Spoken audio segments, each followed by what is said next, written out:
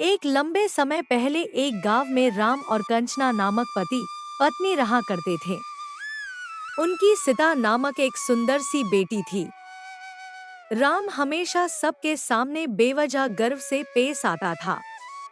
एक दिन शाम के समय में कंचना अपने घर पर बड़ा पाव बनाती है। कंचना, तुम्हारे हाथ का ये बड़ा पाव सच में बहुत स्वादिष्ट है। इतने में उनके घर राम के रिश्तेदार आते हैं। अरे एकदम सही समय पर आए हैं। मेरी बीबी गर्मा गर्म स्वादिष्ट बड़ा पाव बना रही है। कंचना, जरा मेरे रिश्तेदार के लिए भी गर्मा गर्म बड़ा पाव बना के ले आना। जी अभी लाई। ये कह के कंचना गर्मागर्म बड़ा पाव बनाकर लाती है और रिश्तेदार को परोसती है। उनके रिश्तेदार खाने के बाद कहते हैं, राम, तुमने एकदम ठीक कहा। हम एकदम सही समय पर आए हैं, वरना इतने स्वादिष्ट बड़ा पाव हम नहीं खा पाते। मेरी बीवी जब भी बड़ा पाव बनाती है तो ऐसे ही बड़े स्वादिष्ट पाव बनाती है, और जितने बार बनाती है उसे मैं उतने ही प्यार से खाता हूँ। हाँ, बात तो सही है। इतने स्वादिष्ट वड़ा पाव कोई भी इतनी आसानी से नहीं बना सकता। अगर तुम्हारी बीवी ने वड़ा पाव का दुकान लगाया तो लोग खरीद के खाएंगे इन्हें। हाँ राम, अगर मैं इतना स्वादिष्ट वड़ा पाव बनाती तो पक्का वड़ा पाव का दुकान लगा देती। अगर मैं अपनी बीवी के साथ एक बड़ा पाव का दुकान शुरू करूंगा तो सभी वही आके खाएंगे और मेरे स्वादिष्ट वड़ा पाव के बारे में सारा गांव बात करेगा। यह एक अच्छा सोच है। ऐसे ही राम अपने रिश्तेदार के जाने के बाद भी वह बड़ा पाव की दुकान लगाने के बारे में सोचते रहता है। तब कंचना को नजर आता है कि उसके पति किसी सोच में पड़े हुए हैं। तब कंचना अपने पति के पास जाकर पूछती है कि क्या जी किसके बारे में इतना सोच रहे हैं? अंजना, तुमने सुना ना कि मेरे रिश्तेदार ने क्या कहा? हम अपने घर के बाहर ही एक बड़ा पाव का दुकान लगाएंगे।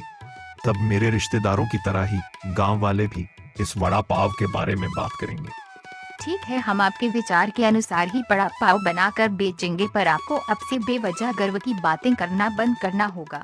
जब आप इस बात को मानकर वचन देकर अपने आप को बदलेंगे तभी हम बड़ा पाव का व्यापार शुरू करेंगे। हाँ, अब अगर मैं अपनी बीवी की बात नहीं मानूंगा तो वह व्यापार शुरू करने के लिए मना कर देगी और मेरे ख्यालों के अनुसार कुछ नहीं होगा। ठीक है कंचना, मैं तुम्हारे इच्छा के अनुसार ही अपना बर्ताव बदलूंगा। हम कल से ही बड़ा पाव बनाकर बेचेंगे। इसी तरह राम बाहर जाकर बड़ा पाव बनाने की आवश्यक सामग्री खरीद कर ले आता है और राम वड़ा पाव की दुकान शुरू करने के लिए अपनी बीवी को बड़ा पाव बनाने के लिए कहता है। कंचना अपने पति के बातों के कहे अनुसार ही बड़ा पाव बनाना शुरू करती है। स्वादिष्ट और गर्मा गर्म वड़ा पाव, आइए बाबू आइए।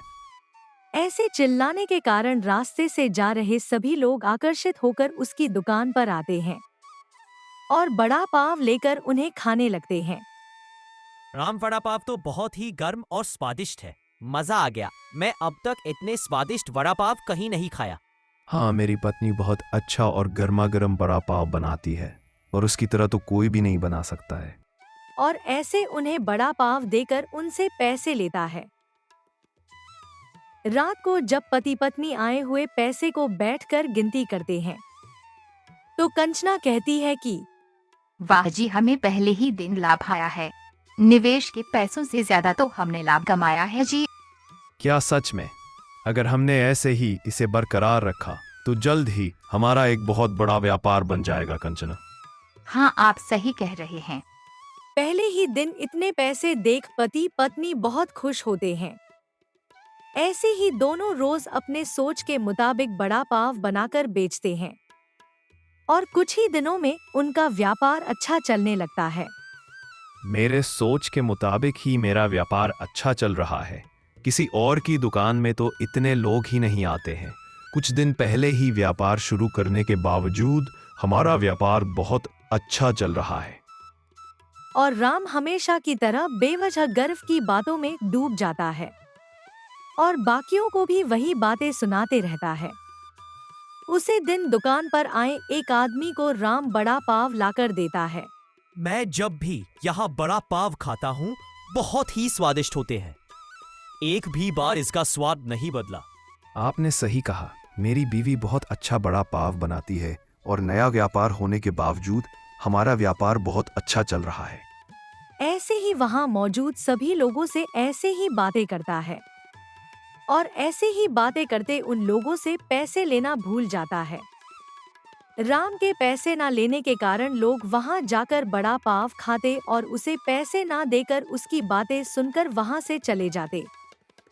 जब कुछ दिनों बाद सभी लोगों को राम की कमजोरी का पता लग गया तो वह बड़ा पाव मांगकर खाते और पैसे देने के लिए राम के पास जाते और उससे बातें करते, जिससे राम बेवजह गर्व की बातों में डूब जाता और उनसे पैसे लेना भूल जाता है और बिना पैसे दिए कुछ देर बाद लोग चले जाते थे।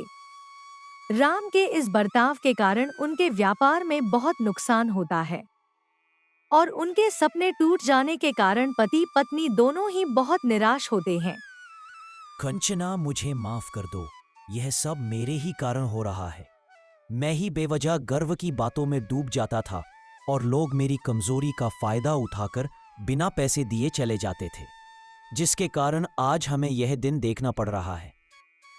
ऐसे कहकर राम बहुत दुखी होता है।